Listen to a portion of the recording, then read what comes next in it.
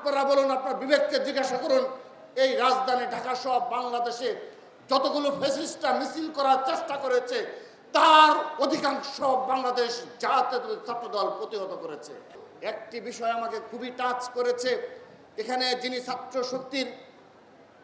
জাতীয় ছাত্র শক্তির যিনি সভাপতি রয়েছেন সেই জারিফ রহমান আজাদ যে বক্তব্য রেখেছে তার বক্তব্য আমাকে টাচ করেছে।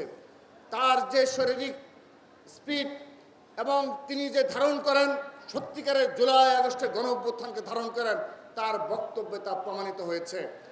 তিনি আমার বড় বড় বেশ কিছু প্রশ্ন উত্থাপন করেছেন, আমি সেগুলো তার সাথে যোগাযোগ করে জেনে নেব।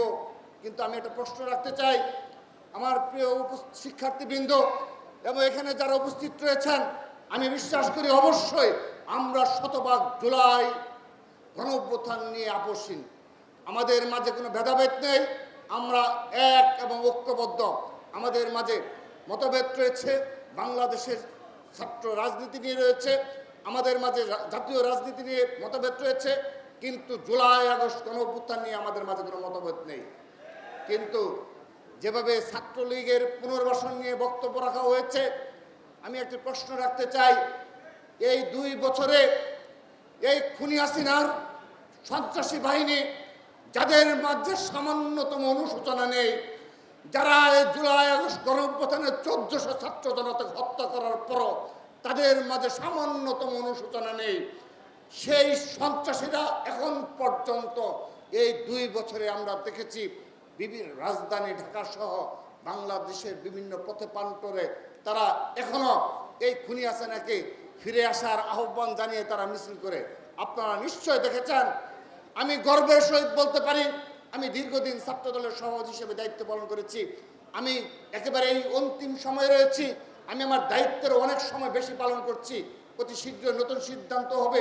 আমি আমার অভিজ্ঞতা থেকে বলছি, এই 2 বছরে আপনারা বলুন, আপনার বিবেককে জিজ্ঞাসা করুন, এই রাজধানী ঢাকা সহ বাংলাদেশে যতগুলো ফ্যাসিস্টরা মিছিল করার চেষ্টা করেছে তার অধিকাংশ বাংলাদেশ জাতীয় ছাত্রদল প্রতিহত করেছে।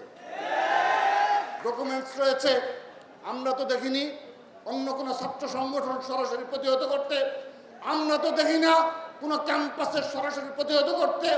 ক্যাম্পাসের প্রতিবেশী এরিয়ায় যখন মিছিল করে সন্ত্রাসীরা, আপনারা তখন নীরব থাকেন। শুধু তাই নয়, শুধু নীরব নয়, আমরা দেখি বিভিন্ন সময় যারা বিগত 15.5 বছর ছাত্রলীগের পতাকা দলে আশ্রয় নিয়েছিল তারা নতুন নামে আবির্ভূত হলে তাদের সকল গুনাহ মাফ করে দেওয়া হয়। ছাত্রদল সেই ধরনের রাজনীতি করে না, সেজন্য আমাদের গণতান্ত্রিক প্রক্রিয়ায় আপনারা প্রশ্ন করেছেন, আমি তার জবাব দিলাম।